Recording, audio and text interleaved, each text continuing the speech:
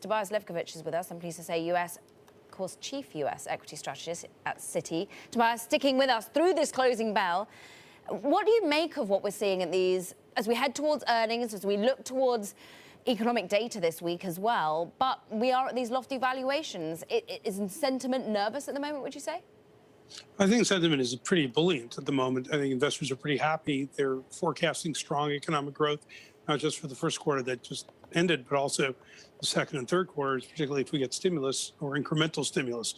So investors are not particularly nervous. They're actually pretty excited. They're more nervous about leaving their money in cash, which is why you get this concept of TINA, or there is no alternative. Our concerns is they're too optimistic about the earnings outcomes, and valuations are being stretched. So you kind of have this kind of shakier reasons to buy at these levels. I'm curious, though. I mean, so far, most of the earnings not only have met the bar that the street was looking for, but overall they've been pretty good and on even just an absolute level in terms of revenue growth, margin expansion here. But there seems to be this idea here that you just really have to knock it out of the park for investors to sort of be satisfied at current valuations. Is that an issue?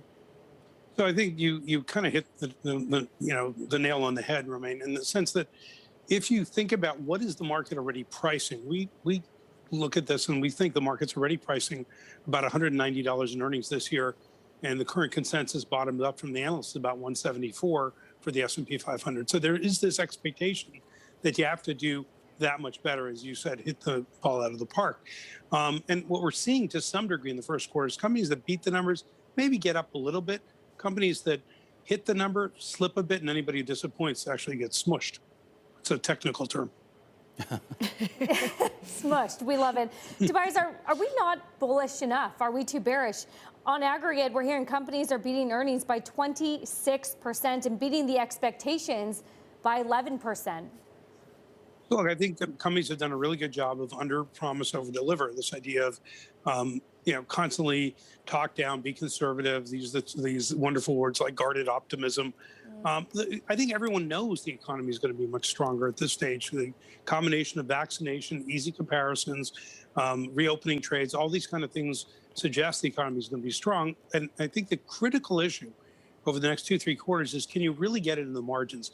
Can companies be able to offset some of the cost increases they're experiencing?